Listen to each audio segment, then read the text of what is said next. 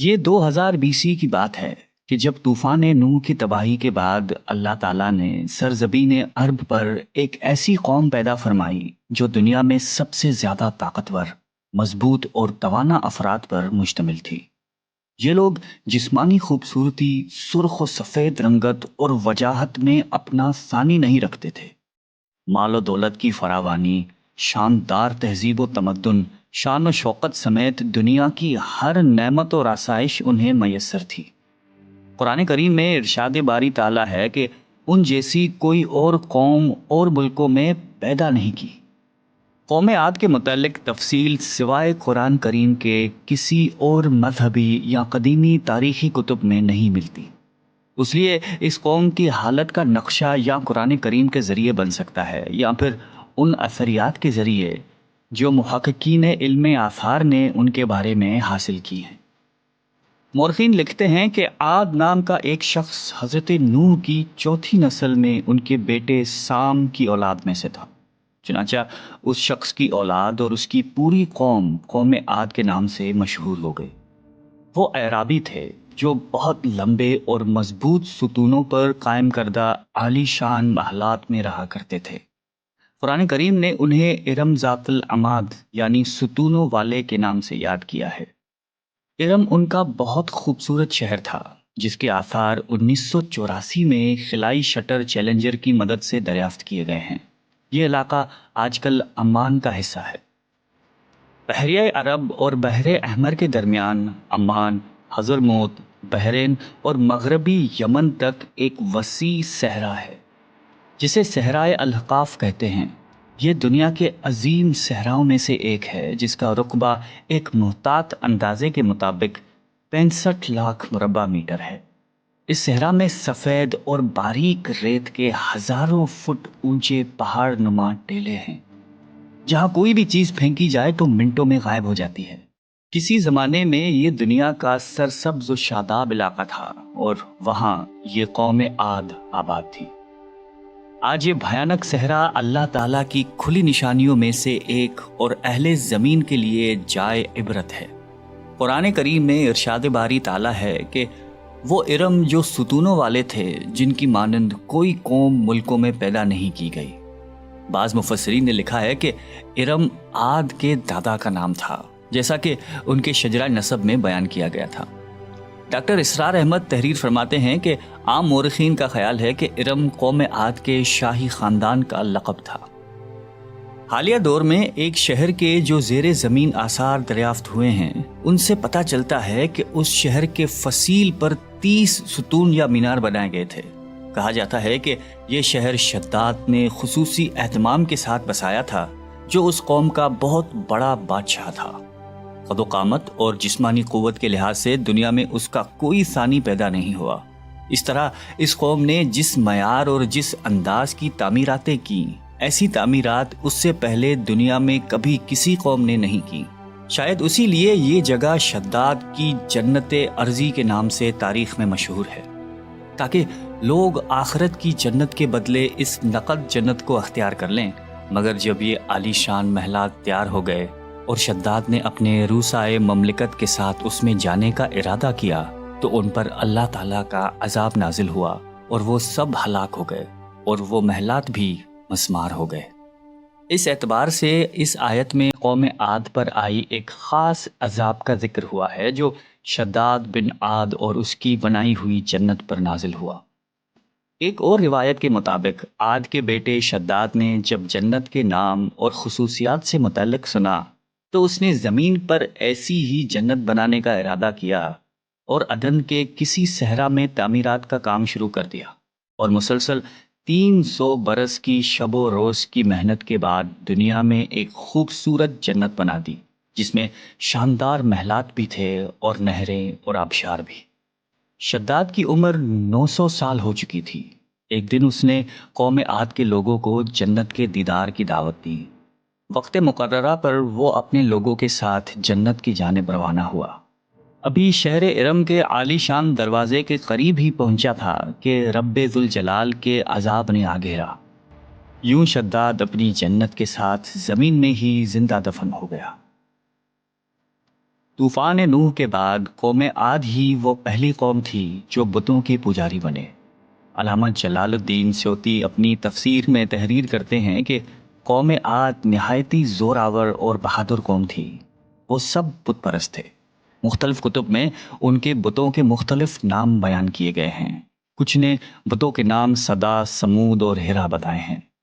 مورخین کی رائے کے مطابق ان کے معبود بھی قوم نوح کی طرح پتھر کے 5 بت یعنی ود، سوا، یغوث، یعوق اور نصر ہی تھے۔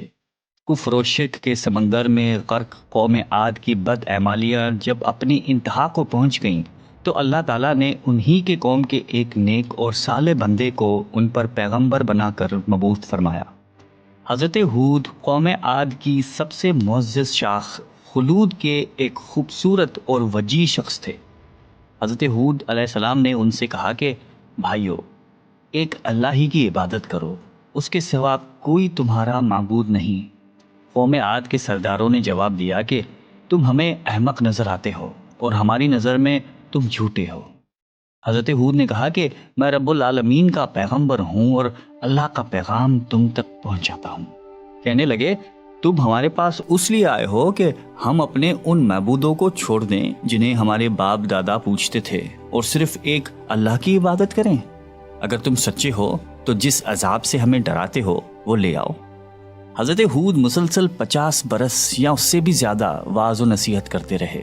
کبھی انہیں اللہ کی عطا کردہ نعمتیں یاد دلاتے تو کبھی عذاب الہی سے ڈراتے، کبھی طوفان نوح کی ہولناکیوں کا ذکر فرماتے، لیکن وہ غرور و تکبر میں اندھے اور بہرے بنے رہے۔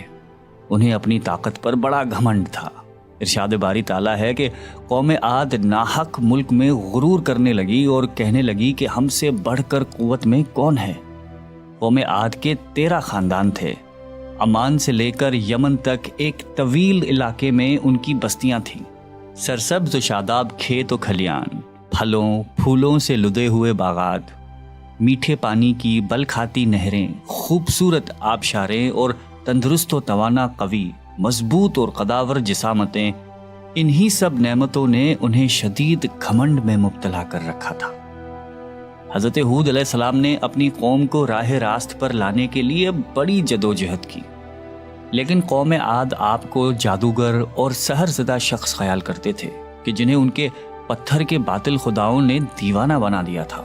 بالآخر وہ لمحہ بھی آ گیا کہ جب حضرت ہود علیہ السلام نے بارگاہ الہی میں دعا فرمائی کہ اے میرے پروردگار، انہوں نے مجھے جھوٹا کہا ہے، اب تو میری مدد کر۔ فرمایا اے نبی، یہ تھوڑے ہی عرصے میں اپنے کیے پر پچھتانے لگیں گے۔ اللہ تعالیٰ نے اپنے نبی کی دعا قبول فرمائی اور قوم عاد پر عذاب کی ابتدا ہوئی۔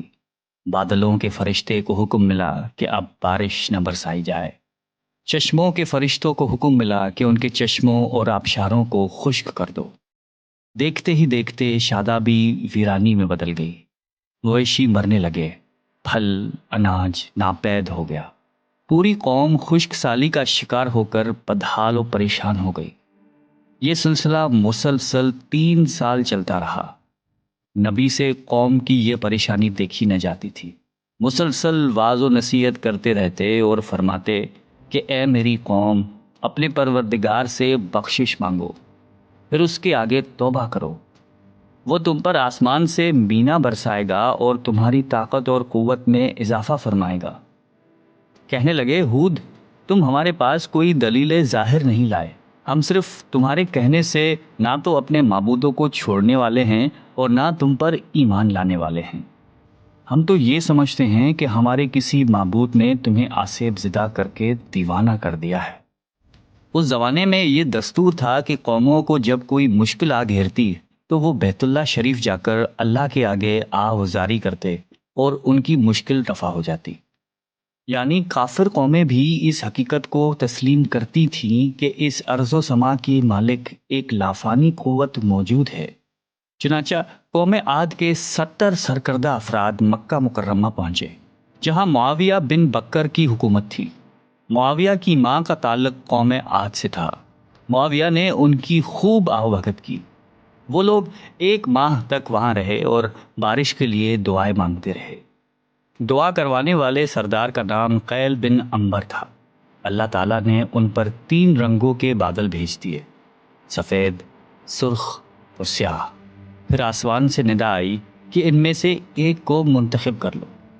قیل نے سیاہ بادل کو پسند کر لیا کیونکہ وہ خوب بارش برسانے والا تھا۔ پھر ندا آئی کہ تو نے ہلاکت اور تباہی کو پسند کر لیا ہے۔ چنانچہ اللہ تعالیٰ نے سیاہ بادلوں کو قوم عاد کی جانب ہانک دیا، جسے دیکھ کر پوری قوم خوشی کے شادیانے بجانے لگے۔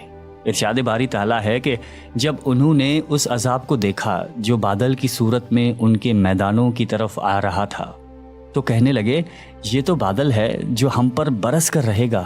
تو اللہ تعالیٰ نے فرمایا نہیں، بلکہ یہ وہ چیز ہے جس کے لیے تم جلدی کرتے تھے، یعنی آندھی جس میں درد دینے والا عذاب بھرا ہوا ہے۔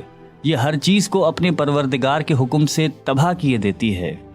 گناہگار لوگوں کو ہم اسی طرح سزا دیا کرتے ہیں۔ اللہ تعالیٰ نے یہ عذاب 7 رات اور 8 دنوں تک مسلسل جاری رکھا۔ اس آندھی نے کسی جاندار کو زندہ نہیں چھوڑا۔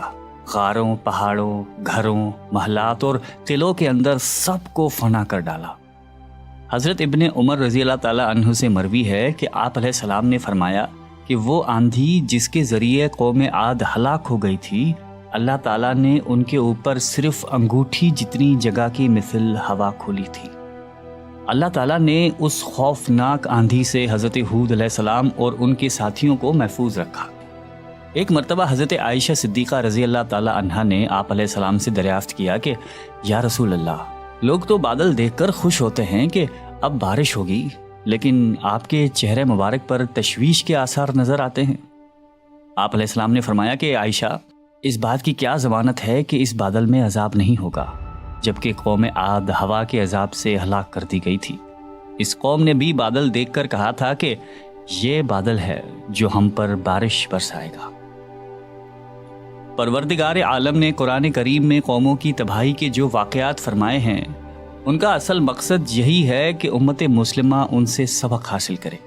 اللہ نے قوم عاد کو طاقت و قوت، مال و دولت، شان و شوکت سمیت دنیا کی ہر نعمت عطا فرمائی، لیکن جب اس نے نافرمانی کی اور اپنے نبی کی بات ماننے سے بار بار انکار کیا تو اللہ تعالیٰ نے اسے نیست و نابود کر دیا۔ ہم سب کو بھی انفرادی اور اجتماعی طور پر اپنے روزمرہ کے معاملات کا جائزہ لیتے رہنا چاہیے کہ کہیں ہم جان بوجھ کر یا انجانے میں اللہ اور اس کے نبی علیہ السلام کی نافرمانی کے مرتکب تو نہیں ہو رہے۔ آئیے ہم سب دعا کرتے ہیں کہ اللہ تعالیٰ ہم سب کو قلب سلیم عطا فرمائے اور قرآن اور حدیث پہ چلنے کی توفیق عطا فرمائے۔ آمین۔